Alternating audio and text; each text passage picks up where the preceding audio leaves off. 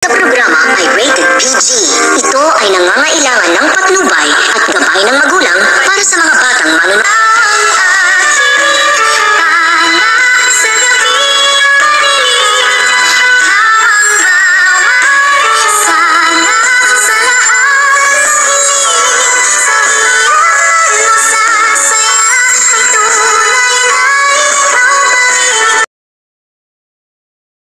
Hello everyone, magandang araw po sa lahat ng taga-subaybay ng Abot Kami ng Pangarap.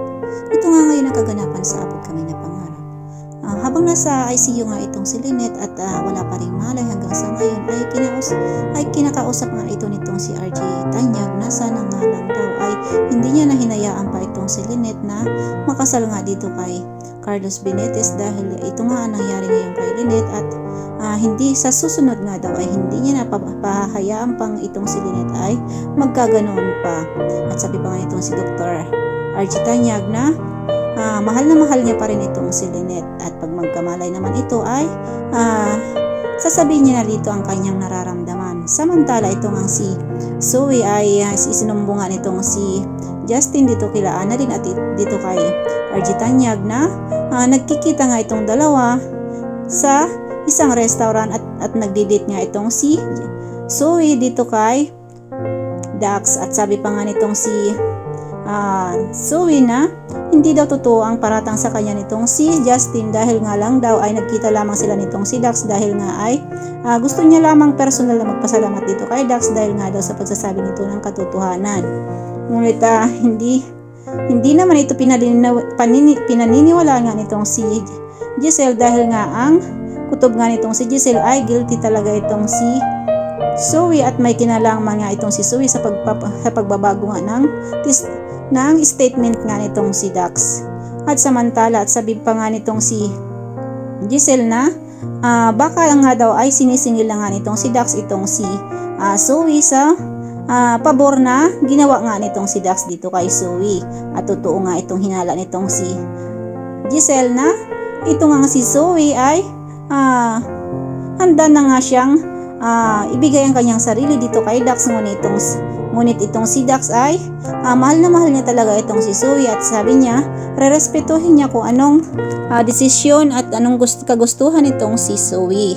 At samantala dito nga sa kulungan ay ito nga si Moira ito ang tuwa nga at nagpaalam na nga siya dito sa kanyang mga kaibigan dito sa Zelda na makakalaya na nga siya. At sabi pa nga nitong si Jingay na ano daw ang unang-unang kanyang gagawin kapag siya ay nakalaya.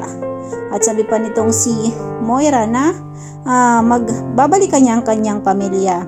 At samantala ito nga si Mildred ay hindi nga naniniwala dito kay Moira na magbabago nga ito at sabi pa nga itong si Mildred na himala kung magbago nga itong si Moira at babalik pa rin daw siya sa kulungan dahil nga sa masamang ugali nito.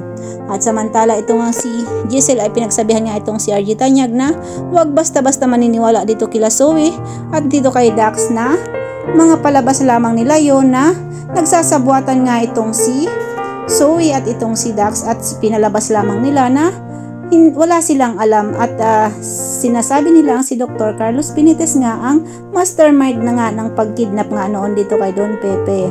At ito nga si Moira ay tuwang-tuwa nga siya dahil nga makakalaya na siya at sabi niya pa nga ay namimiss niya na daw ang kanyang asawang si Dr. RJ Tanyag at unang-una niya daw na gagawin ay puntahan nga itong kanyang pamilyang sila Dr. RJ Tanyag at itong si Zoe para na magkasama na sila.